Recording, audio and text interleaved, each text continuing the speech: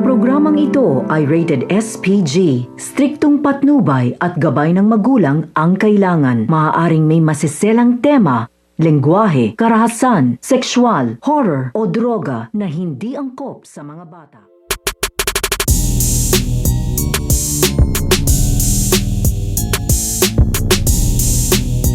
Ang pagiging talpos agila nito nga ni Presidente Oscar dahil nakapagdesisyon na nga dito ito nga si Presidente Oscar na siya nga daw ay magiging miyembro na nga daw muna ng talpos agila dahil nga rin sa atin ay kokonti na nga lang dito ito nga miyembro ng talpos agila dahil ito nga sila Ramil at ilan na nga makasamahan ay umalis na nga dito nga sa kanilang puder at hindi na nga nila ito pinigilan dahil may mga sariling pag-iisip na nga daw dito ito nga daw sila. Kaya naman ito nga talpos agila ay iilan na nga lang sila dito kaya napag-isipan na nga dito ng mabuti nito nga ni Presidente Oscar na siya nga ay magiging kasapi na ng talpos agila upang kahit papaano ay lumakas nga daw dito ito nga daw kanilang pwersa. Kaya nga si General Alcario ay tatanong nga dito ito nga si Presidente Oscar kung sigurado na nga daw ba siya dito nga daw sa kanyang desisyon. Dahil pagsugod nga daw nila dito nga daw sa kala Armando upang bawiin nga ito nga daw si General Borja at hanapin nga nila dito ito nga daw si Ricardo Dalisay ay mapapalaban nga daw sila ng matindi.